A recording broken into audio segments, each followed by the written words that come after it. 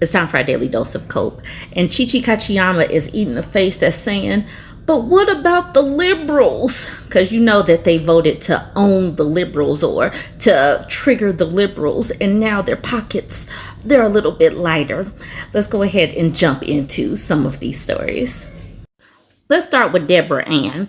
Deborah Ann says, I supported Donald J. Trump, but if he tells us one more time that gas prices had dropped, I'm going to start losing some trust in him. I'm going to start. No, Mr. Trump, I don't know where you are receiving your information, but gas prices are not down. Even being in South Carolina, where prices are usually lower than North Carolina, hasn't even been the case. So please just stop. I said yesterday when I was talking about tariffs and costs, even MAGA people are probably feeling the cost difference. The fact that he thinks that he's going to be able to fire people and then that's going to impact the data doesn't change what people are living and what they are seeing at the pumps and at the grocery stores. But last year she was saying, I get the bad feeling that it's going to be another rigged election. As I read comments on all the posts with 20,000 comments and 10 to 1 are for Trump, but you see the race being so close. There honestly cannot be that many idiots in the world to vote for her. What is really crazy is the amount of people that see her promises that in 4 years she's been vice president, she hasn't done anything, but she is making promises that she cannot keep. She doesn't get to wave her wand and make things happen. Everything has to go through the Senate. And I'm sorry for all you morons. Republicans are going to shoot down all of her dumb ideas. Well, now we have all the Republicans in charge, and we will see if they get anything that is even resembles, lower costs of anything. The numbers will show out in the very end. At least in our bank accounts, not necessarily with Trump putting out numbers. This was posted in the conservative subreddit. The whole Jeffrey Epstein list is not going away. This says, Ghislaine Maxwell moved to a prison in Texas. And it says, hello folks, Ghislaine Maxwell has been moved to a federal prison in Texas. What do we think of this? What do you think may happen? And then Small Efficiency says, love our votes being turned into the ex-offender Olympics right now. Disgusting. But they voted for an ex-offender.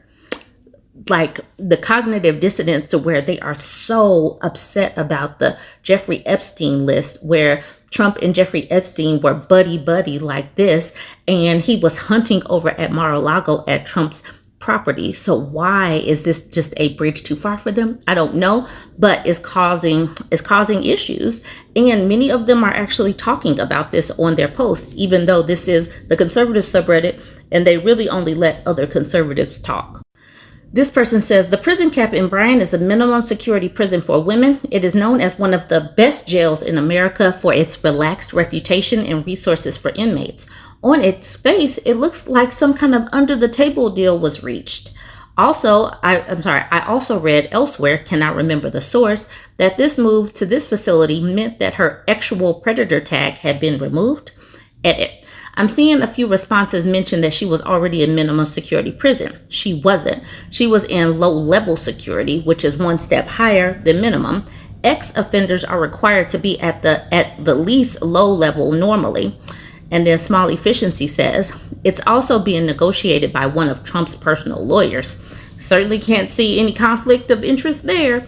And the thing is, what I heard somewhere or read somewhere, Ghislaine Maxwell was even worse than Jeffrey Epstein in the fact that many of these girls wouldn't have been trafficked had it been Jeffrey Epstein going out and hunting himself.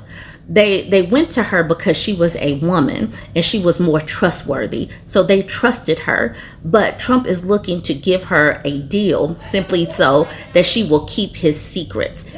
This Jeffrey Epstein thing won't go away, no matter the distractions that they keep putting out there. These secrets are going to be told one way or another. So I'm just putting that out there that the Epstein files, we're going to keep talking about it, even if somebody is throwing ketchup at the wall. Now let's look at Ray. Ray was pumped up about Trump coming and having a rally in Iowa. He said, hell yeah, Trump in Des Moines Saturday. Be there to support him. Joe can kiss my grits. He did not say grits. But let's fast forward to the present. Let's see what he's saying right now. Now, fast forward. Remember, he said back in 2021, Joe could kiss his grits. Let's see what he said. He says, Trump, you could kiss my behind. If you cut Social Security, how about you give your money out to us, jerk? I regret I voted for you. Listen to this part. Maybe next time they won't miss. He got Ray steaming hot mad. Donna even gives a thumbs up to this post. Tom is like, wow, Ray, where did that come from? Colby says, well, he didn't cut and then Jason says nothing he's done so far has been implemented. First thing starts October 1st, then January 1st. But they have made cuts in staffing because of Doge. So even if people still have benefits, if the staff has been cut, they may not still be able to use those benefits. The way they get around acting like they're cutting things, it's just a sleight of hand. It's still a lot.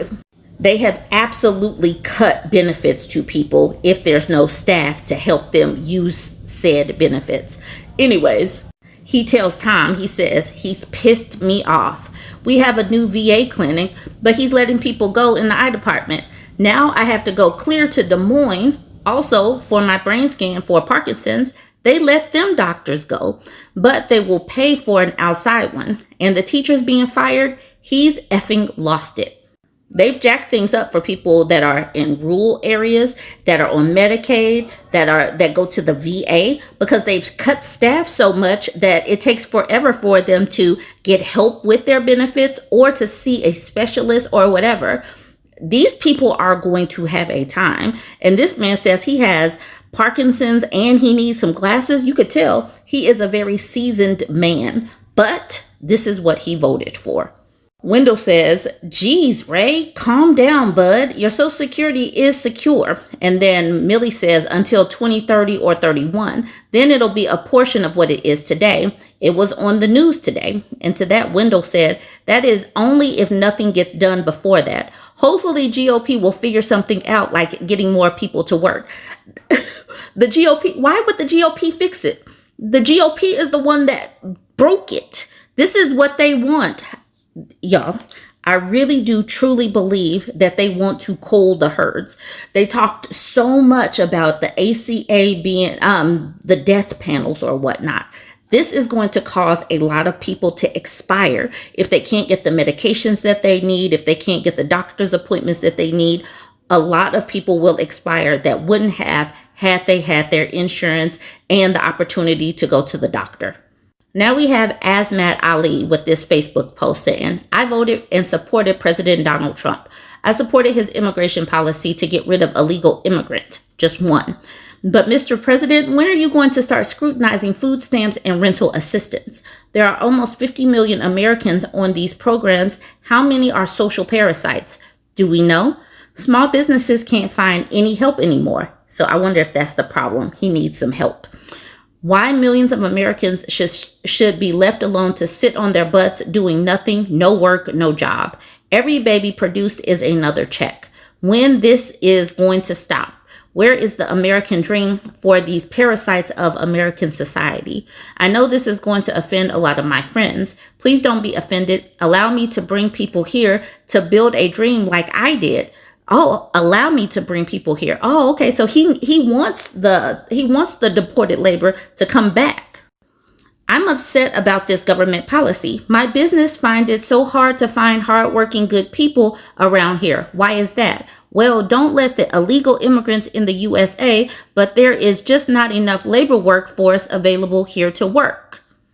42 million Americans sit on their lazy butts and live off of hardworking Americans. That must change. We pay for their food, rent, hospital bills, and them producing more babies.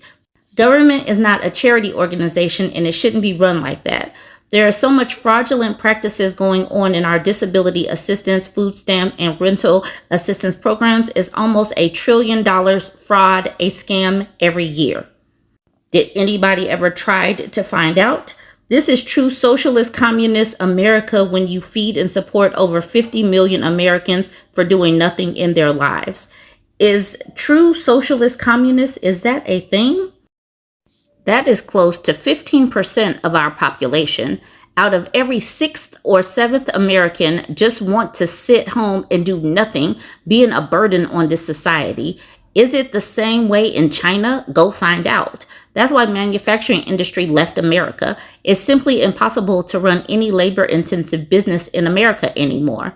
Give them free money, a house, a hospital. They will never work and care about who rules the country.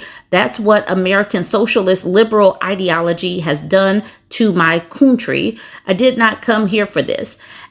The fact that they just say some words is ridiculous to me. That just gets on my nerves. And then they just throw out all of these numbers. There are so many things that have happened in this country to get manufacturing to where it is.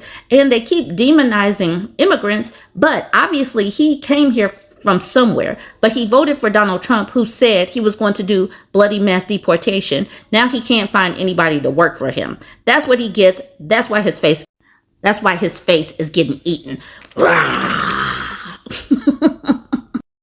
I wanted to do a follow-up of this post that I did before. So this person named Ryan Painter is one of the new owners of Bayou on the Bay. And one of their general managers came in and made a post on their Facebook page. And I didn't know that Ryan had made his own post talking about something. It didn't sound to me like an apology, but he did make a post on the Bayou on Bay Facebook page. So this is a picture. I am hiding it because it's inappropriate. He has Kamala Harris. This is an AI picture with a bunch of hot dogs in her mouth. And like I said, it's AI generated. I hate this picture, but it's very sexist and terrible. And he says, Hot dog Harris isn't a DEI hire. She earned her way up through the old-fashioned way, a lot of sacrifice and hard work.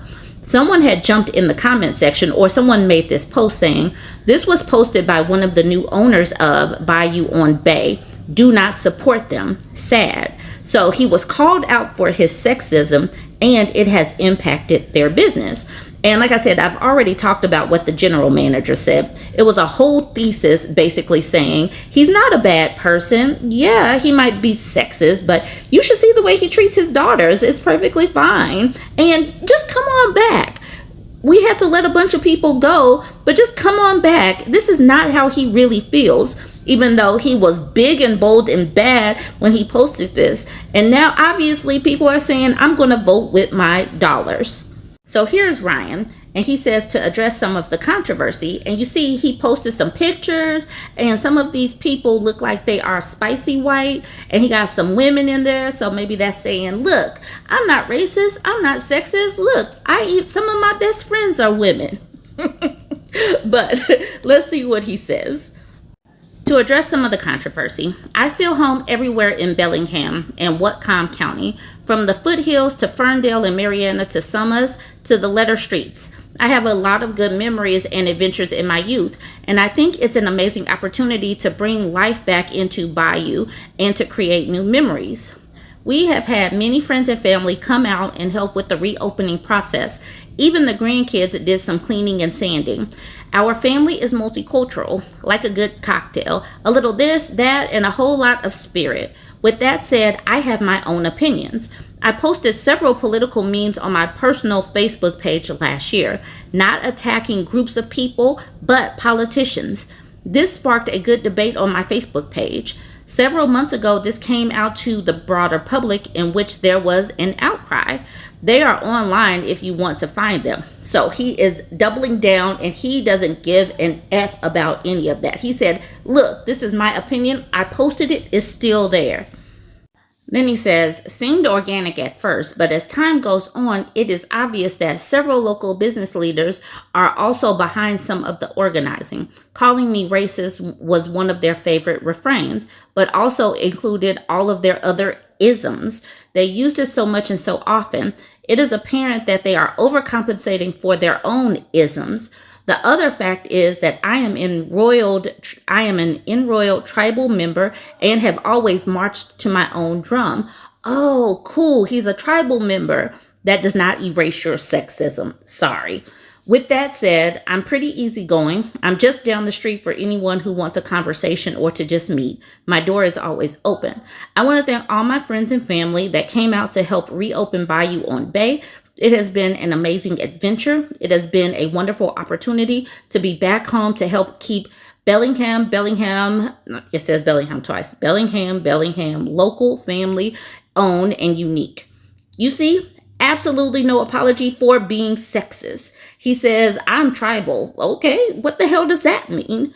This is the reason. Look, people can take it for what it's worth to them, hearing their own words, doubling down on it.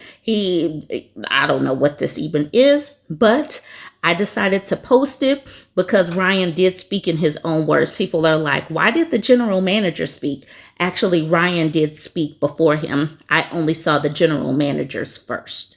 So then Emily reposted it in the comment section saying, you mean this? And then Emily says, this is what you posted. You reap what you sow. Misogyny and racism will not be tolerated. JM says, that is a sick image. It really is a sick image. And JM said that they will never eat there.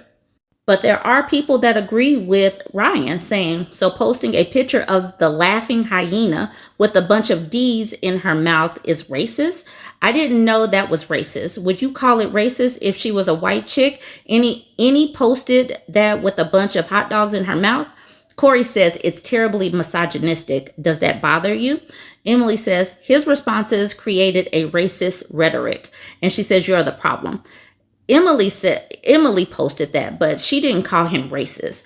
It is very sexist. He avoided saying that word. He used the word racist, but he knows that this was sexist, but he agrees with it. He called her a laughing hyena. And yes, it does open up the door for racism because we know that colored women are not protected in this country, around the globe. So, but like I said, somebody is going to go patronized by you on Bay. They will, but other people will not. And so I'm doing my part to make sure that people vote with their dollars and know who they are patronizing. Join the conversation, y'all.